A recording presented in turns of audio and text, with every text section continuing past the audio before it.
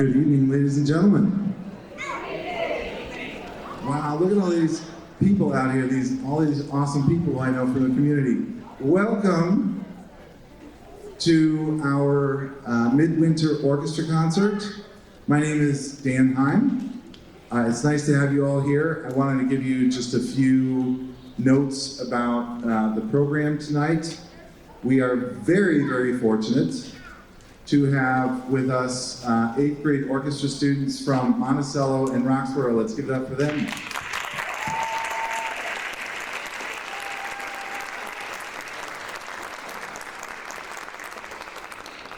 We had a great collaboration earlier in the day today. They got to play side by side with the symphony and the Philharmonic Strings and the Concert Orchestra all together, and they're going to do that again at the end of this program.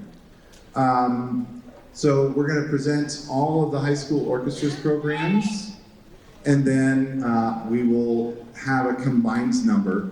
And trust me when I say it's going to take us a minute or so to get everybody up on stage when that time comes. So there will be sort of a natural pause. If you want to stand up and stretch or do something like that, that's fine. A couple of notes really quickly. I know we still have people coming into the hall, but we have a lot of high school students up here who've worked very hard ever since our last concert in November to prepare this music for you. So they and I would greatly appreciate it if you can be as quiet, as attentive, and as appreciative as you can be of all of their hard work, okay? So we ask that you're as quiet as you can be when they're playing. 8th graders, we need to have all phones away. There are no phones out. Put them away. That is not a way. If you want me to put you on the spot in front of everybody else, I can, but I'd rather not. Thank you. Okay, so we're going to give them our best attention, and I'll be talking to you a little bit as we go on through the program. If you can, though, okay, and I know that we all have these, and we all tend to get a little bit into them. Would you please make sure that they are silenced, okay? So that we are ready to go and give our best attention to everybody. I also want to point out that we have some lovely videography going on right here. Everybody give your attention to the center of the house. Here we have video being taken to the concert, which means that you don't have to take video. Because if you do, your screen produces light and a distraction to the people around you, okay? So we appreciate you not taking video for the sake of your other audience members. Thank you so much. We're really looking forward to playing for you. And I'm gonna leave the stage now and stop talking so that the concert orchestra can come out. All right, here we go.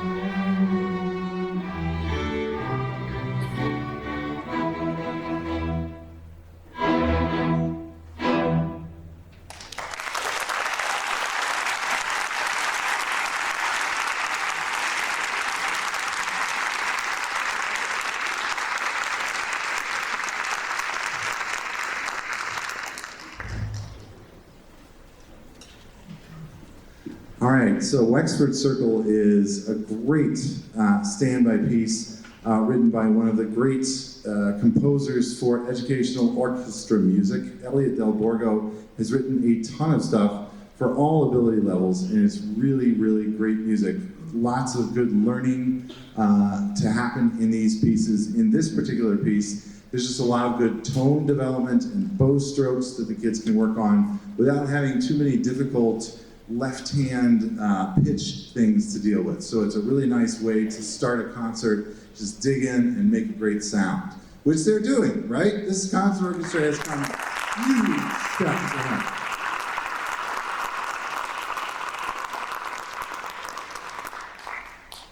So the next piece, Allison's Waltz, is a great contrast to that, and also the things that we did in the first concert. It has a slower tempo, it's in 3/4 time, and if you're a strings player, you know how much 3/4 really messes with your bow technique and how that becomes a lot more challenging all of a sudden. So the bowings are more complex, there's a little bit more part independence, even more than that last piece. So we hope you enjoy this little change of pace with Allison's Waltz.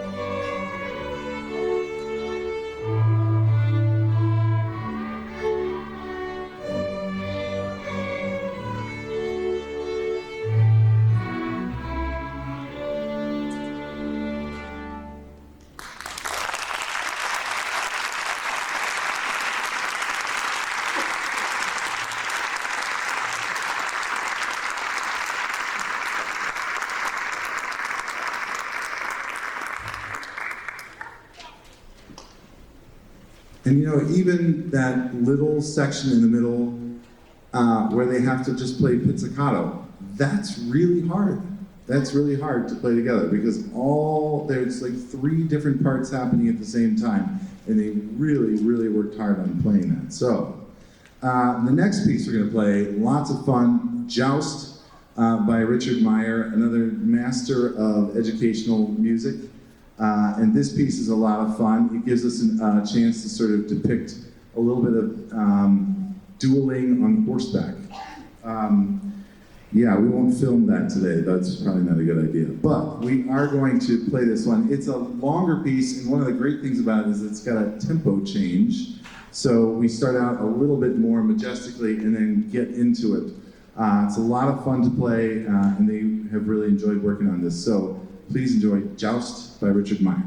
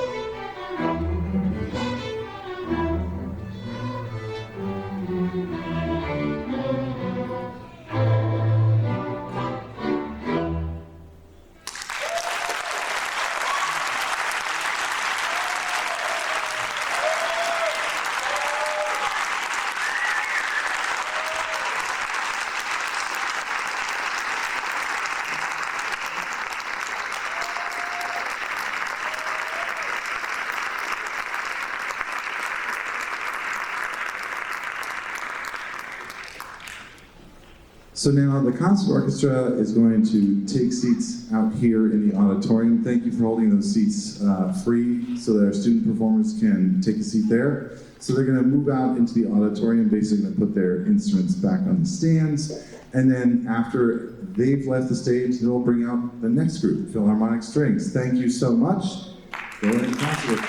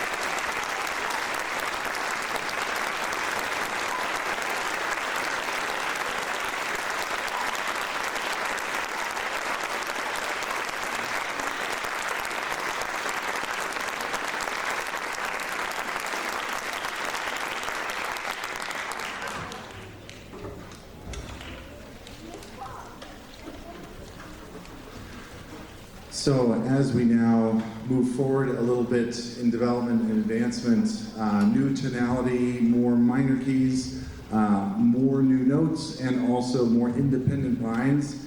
In that piece, there's a lot of work, especially in the middle section, just to make all the different lines come out and be aware of when it's important to play louder and when it's important to stay out of the way. And they did a wonderful job working on the balance for that piece. This next piece, Moonglade, has a really beautiful sound to it. It's very lyrical, very slow tempo, and also a great opportunity to work on tone quality and bow control. So Moonglade by Tyler Vicari, new discovery for us. First time we played it, it's a really, really cool piece. We hope you enjoy Moonglade.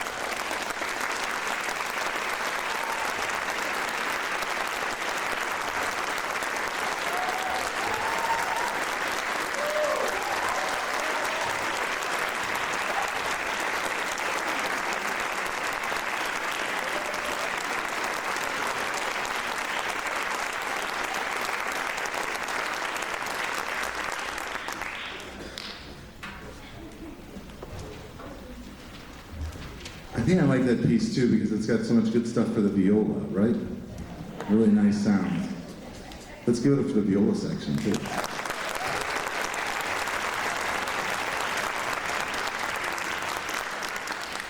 So this final piece, Echelon, is really fun, very energetic piece, total 180 on that last thing. Exploration of a lot more key areas, okay, so really starting to learn all the different notes on the fingerboard a lot more intimately and be comfortable and flexible with all that stuff.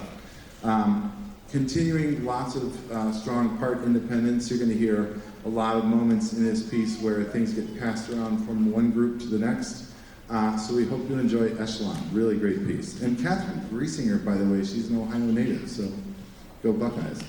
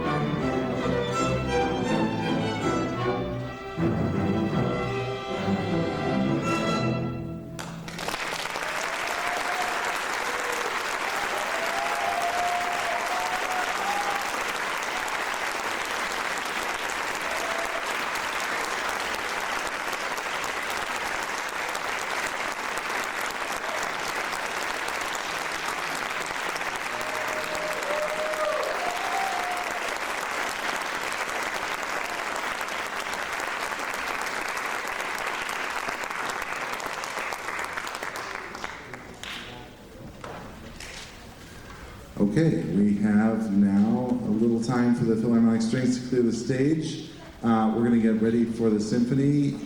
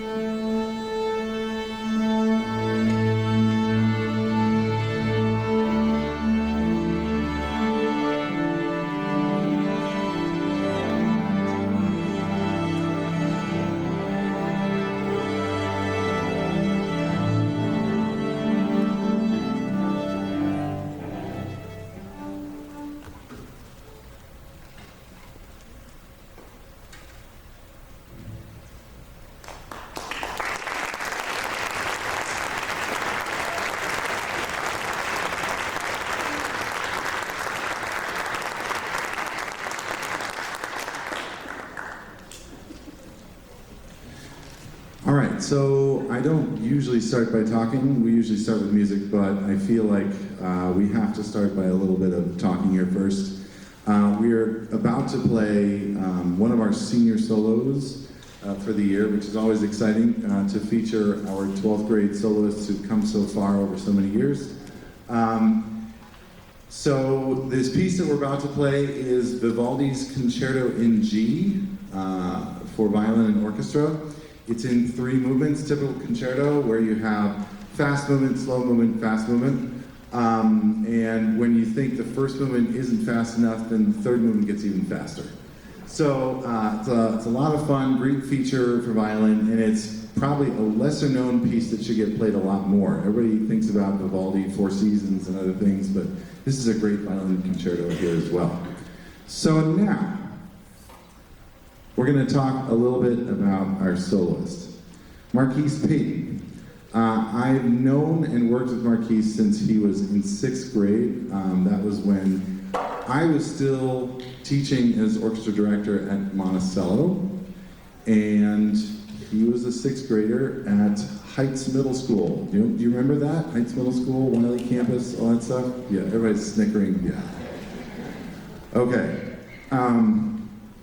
So, yeah, I got to know Marquise for the first time there, and what struck me about him was how curious he always was. He always wanted to know even more about how to play the violin, how things work on the violin, and like how he could get better at stuff.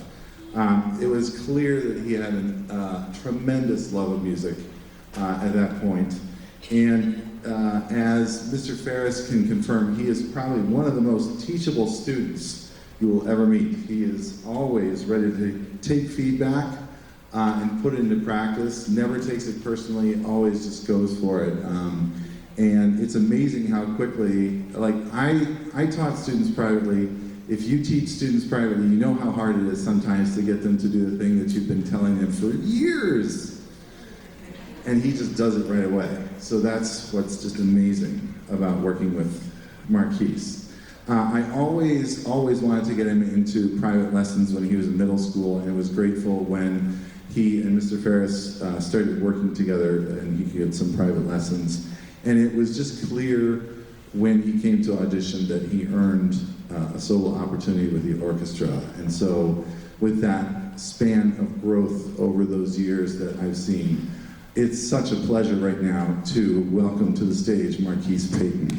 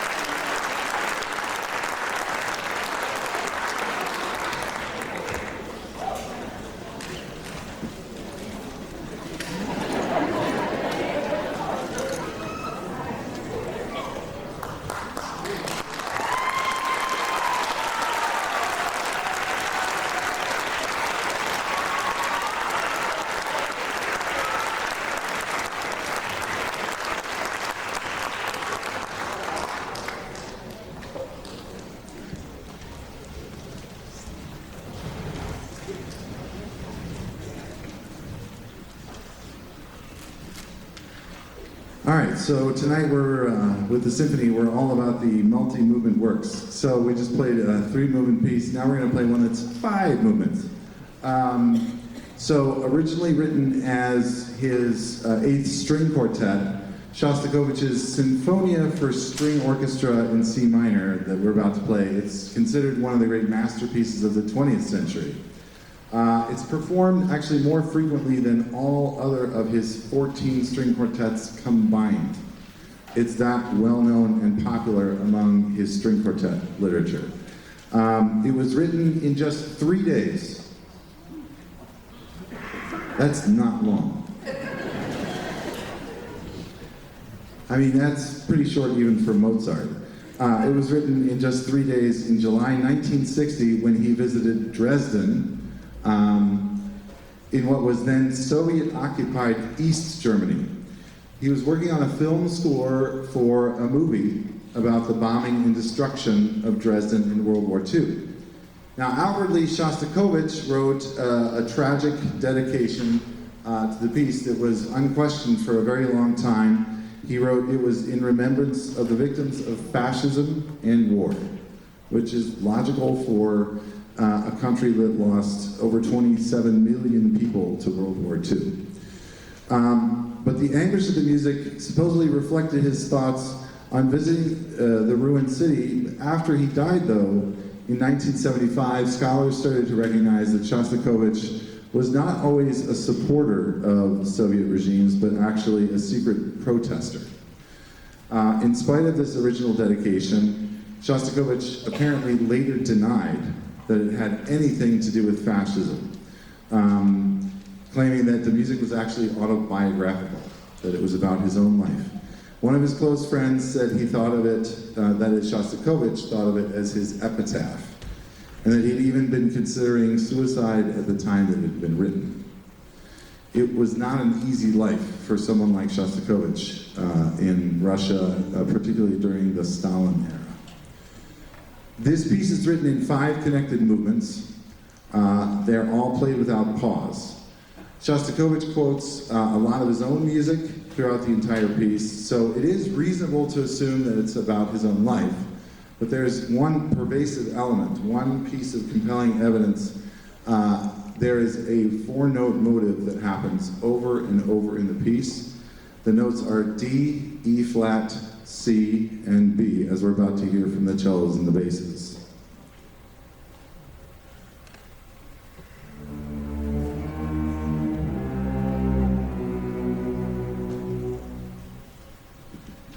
So in German musical notation, those notes are written as D, S, C, and H. Those are the same letters that occur in the German spelling of Shostakovich's name. D for Dmitri and SCH for Shostakovich. Kind of like Schmidt or Schultz, if you can think of those German names. So the notes serve as a musical signature and actually kind of a code that runs a little beneath, maybe say, the Soviet regime forces.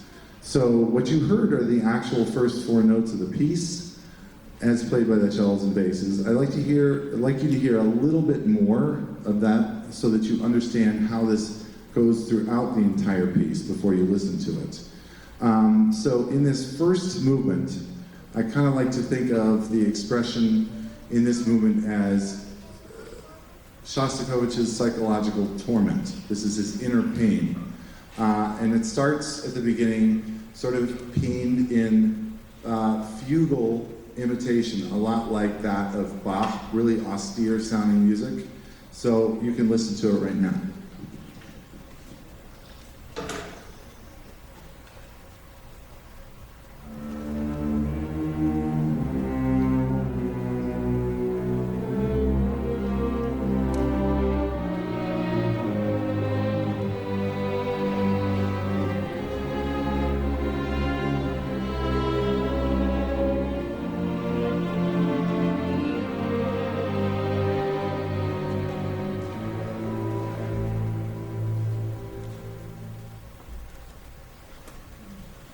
So throughout that whole passage. We just hear each group come in with that same group of 4 notes, okay? A little bit different key each time, but it's clear he's taking this motive and he's working it through a little bit.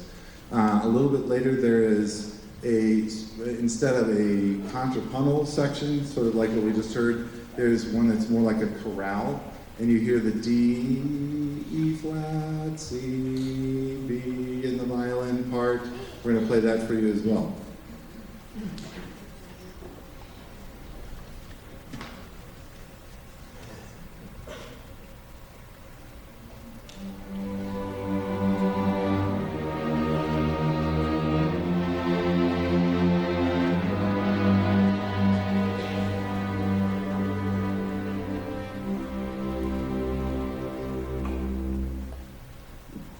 So obviously it's very heavy in the beginning. However, after this, it goes very quickly into a totally different vibe in the second movement. This is very different. It's fast, it's furious. I like to think of this emotionally as Shostakovich's terror, his absolute fear, anxiety, and concern for his life. Which was not that far away a lot of times. There's a spot in here where we can hear this 4-note motive, D, S, C, H, in lots of different groups. So we hear it in the violins, right there.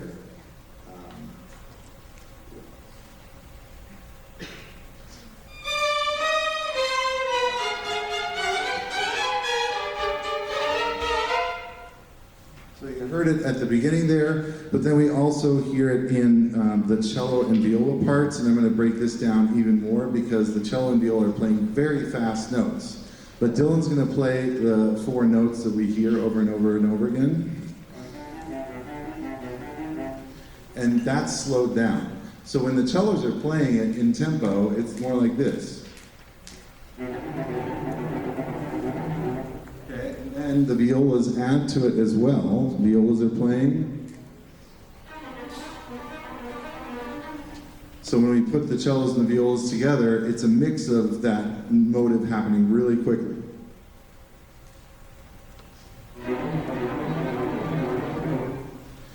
So if you layer that together with the violin part, then it sounds like this.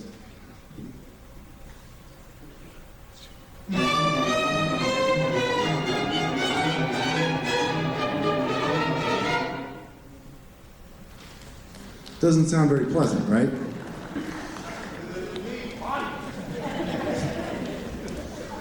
So after that movement of just nonstop terror, then it seems like he's really gone over the edge into madness, which is the next movement.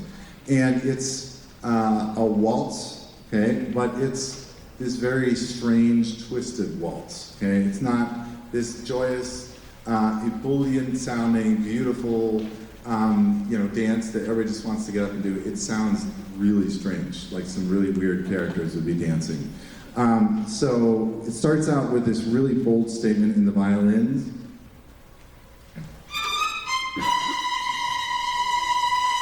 So even there you can hear D, E flat, C, B, and then later on it gets turned into this waltz melody, which is really strange.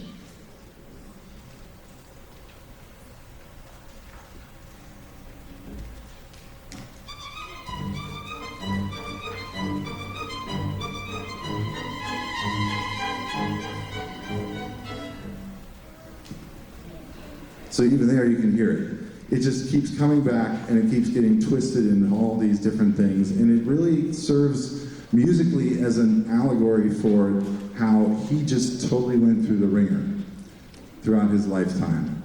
And how on the one hand he might be lifted up as Russia's great hero, and in the next moment he was totally decried, totally put down, and threatened with his life. So it's a hard life, and sometimes it's hard for us as Americans to imagine being robbed of the freedom to speak freely. So this motive is not necessarily the key to unlocking all the mysteries about the piece, but its constant presence is not accidental. And as outsiders, we need to remember that many artists and other dissenters under Soviet rule often had to encode their messages. They had to write them down in ways that others wouldn't necessarily know what they meant right away, so that they could express themselves. The Observer Stephen Harris closes his overview of the piece by saying, although Shostakovich maintained that he could never hear the Eighth Quartet without breaking into tears, the work is not self-pitying. Rather, its genius is that it transcends individual pain to address all human despair. And I think it's true. It's one of these things that touches us all, even if it may not be about our own lives, it's something that we can relate to. So we hope you enjoy this, Shostakovich's 8th String Quartet, or Sinfonia for String Orchestra.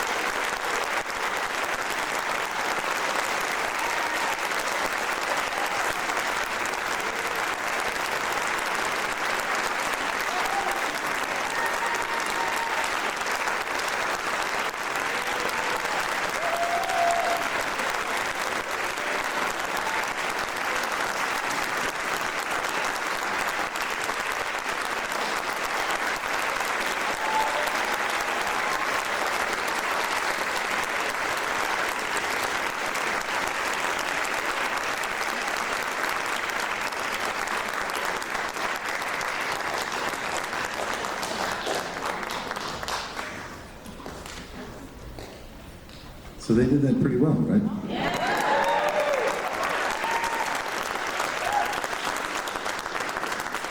I want to say also a word of appreciation and thanks to you, because I know that's a long piece of music, right? So I want to say thank you, because I can tell there was so much great attention and respect for what these guys have done to put this together. So thank you.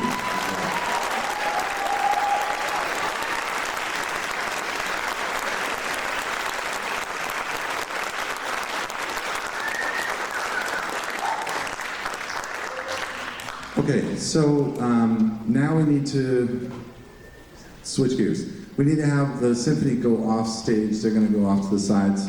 And we're going to also take away some chairs.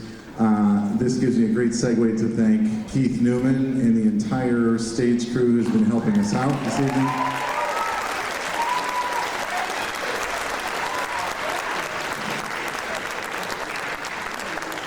So they're going to come out here and help pick up some chairs here on this side of the stage, because we're going to get about 100 so people up here on stage.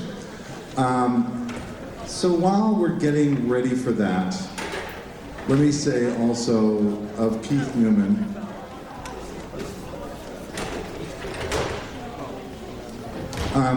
Keith is an incredibly dedicated stage director, and one of the things that he helped us out tremendously with, and you might have been noticing this through this entire concert, we now have some new ceiling panels here on our stage.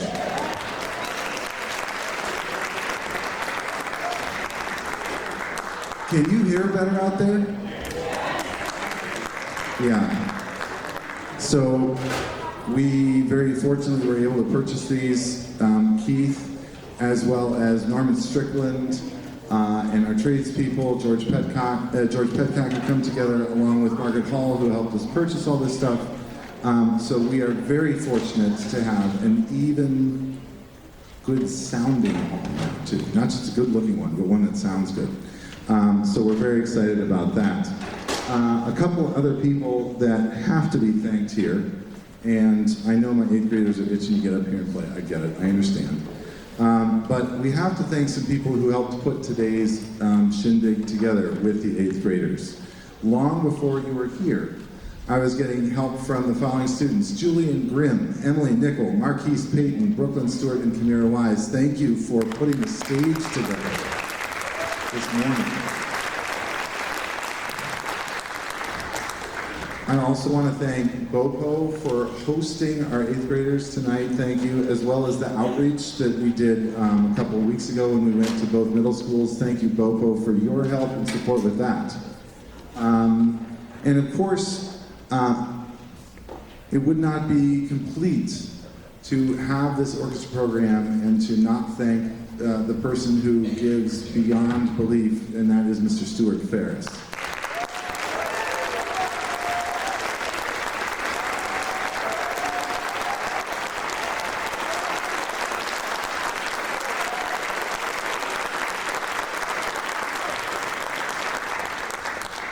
So we are blessed here. We have so many gifts and are so grateful for the wonderful things that we have to put on such great music here. Now we get to finally bring people up on stage. So we're gonna have to bring people up in groups. We are going to start with the second violins on this side.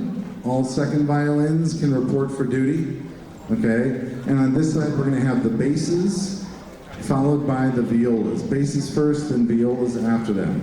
All right?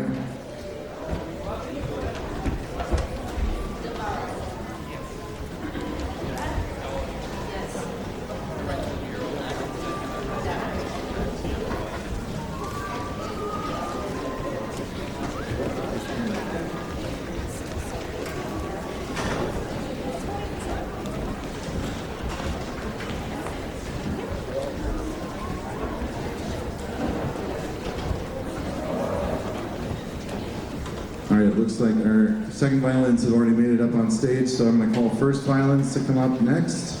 First violin players. Violas have made their way up, and so now we're going to have cello players come out too. Cello players.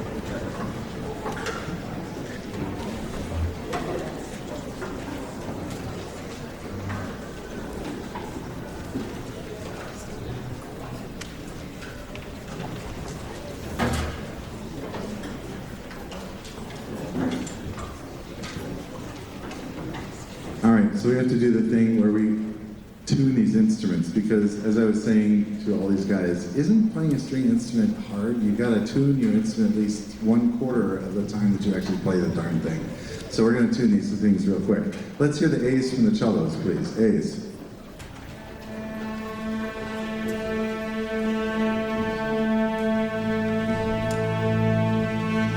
That's right, basses, join us.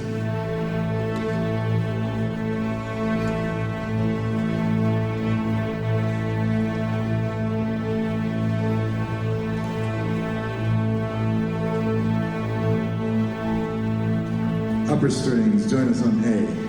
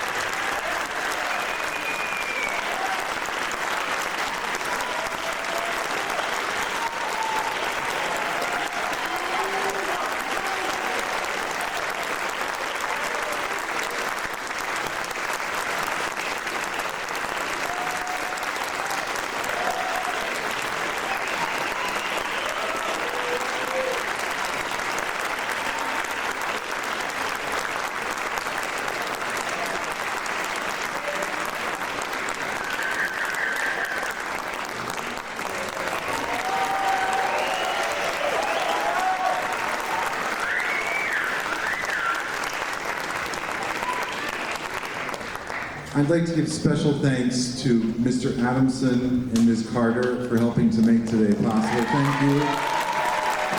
Ms. Carter, Mr. Adamson, thank you so much for making this happen. We appreciate it.